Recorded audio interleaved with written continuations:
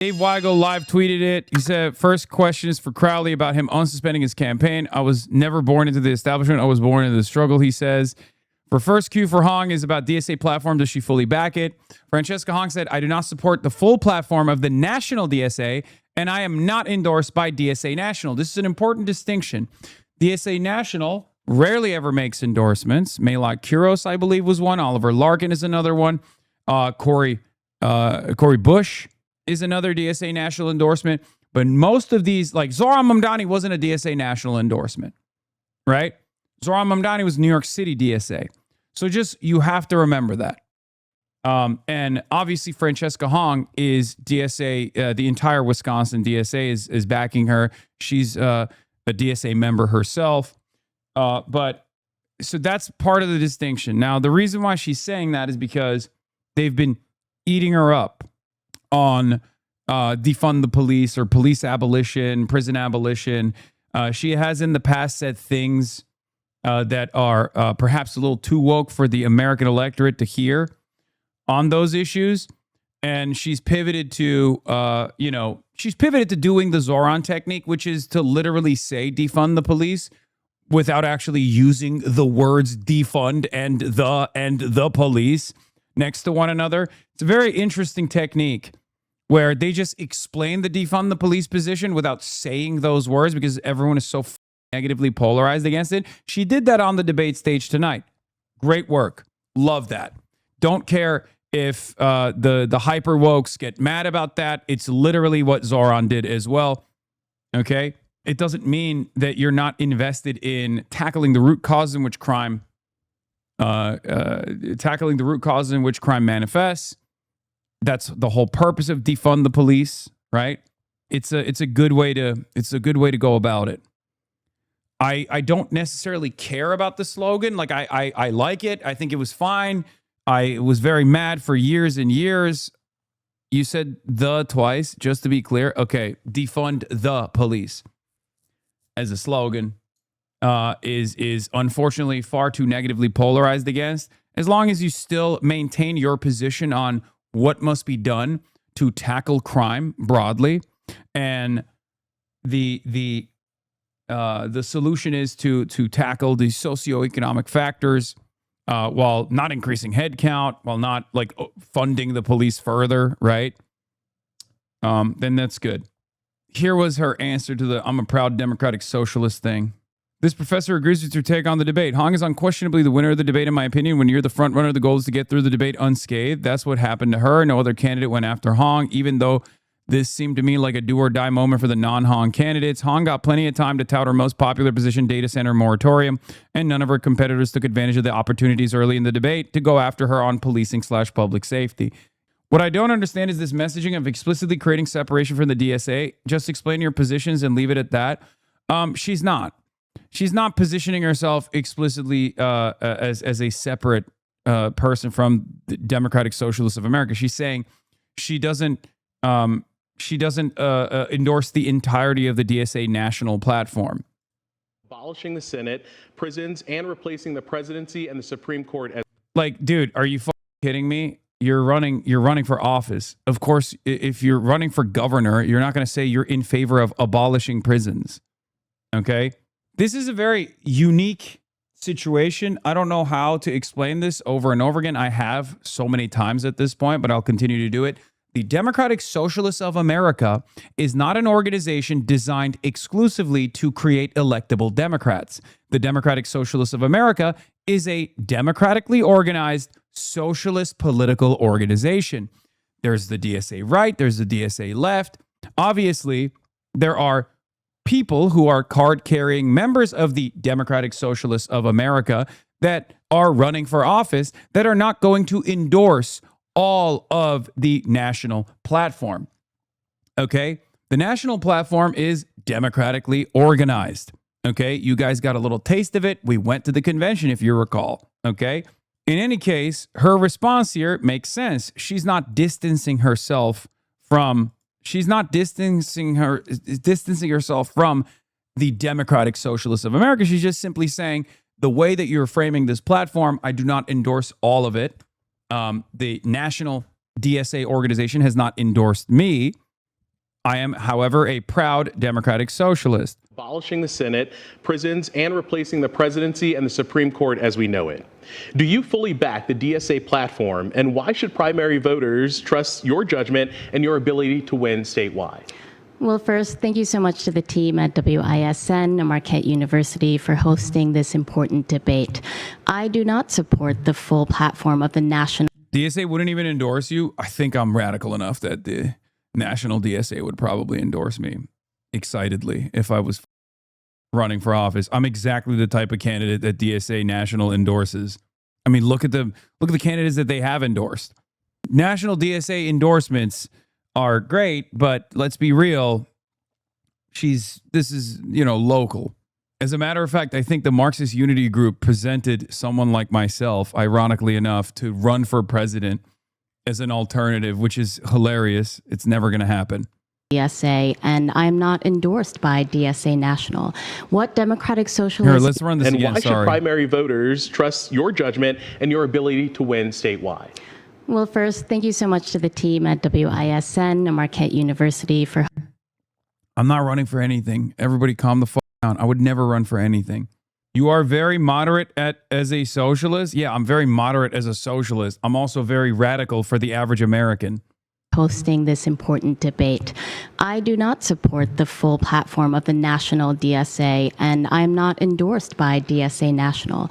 What democratic socialism is a form of government that puts working class people first, that puts work first. The policies that we have been working on, permanent affordability, has broad bipartisan support in every corner of the state. Well, things like fully funding our public schools, ensuring that we are doing right by our kids and cutting property taxes, taxing the ultra wealthy and mega corporations, ensuring that we can invest in free. Not accepting the platform's kind of ass, though. We want a new party. They need to be on our platform and promote the party. Considering that there is no opportunity to generate or create a new party right now, given the current material conditions, given the current political environment, given the current lack of class consciousness, the current lack of political education, we'll cross that bridge when the time is right. Okay? It's the same exact problem. The reason why DSA is not its own unique and individual party that distinguishes itself from the Democratic Party and instead runs Democrats on the, Democratic Party platform or on a DSA platform, but on the Democratic Party line, is also the same reason why you can't currently, in this day and age, wholeheartedly sit there and endorse as a governor prison abolition when the average American's understanding of prison abolition is you're going to empty out the prisons so rapists can be in my backyard and rape me. There's a time and place. DSA is a decentralized org. What matters is your local DSA. Exactly. Michael from Pennsylvania is right. If we want our electeds to endorse a platform, we need to probably have them in the loop with the national SIO platform. We probably need some reforms as to how the platform is developed. Y'all are mad as hell at the DSA chatter. Chill. Yes, he's the DSA chatter who, once again, DSA is a complex tapestry of different ideological tendencies. So the DSA chatter in the chat is speaking from a different wavelength on this issue. Okay?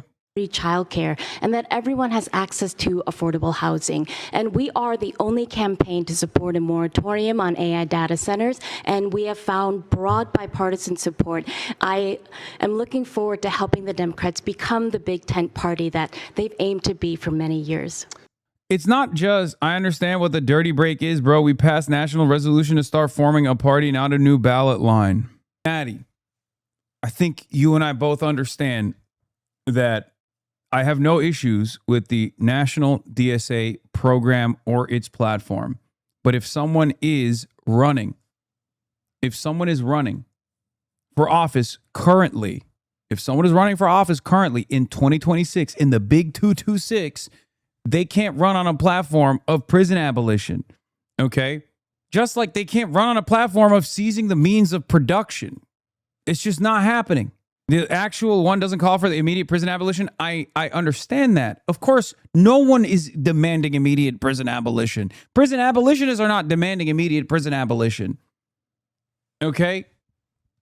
I get it. I know. But At the end of the day, the means that we have to disseminate our positions are unfortunately stunted by the likes of me being probably one of the largest media platforms for the Democratic Socialists of America as it stands currently.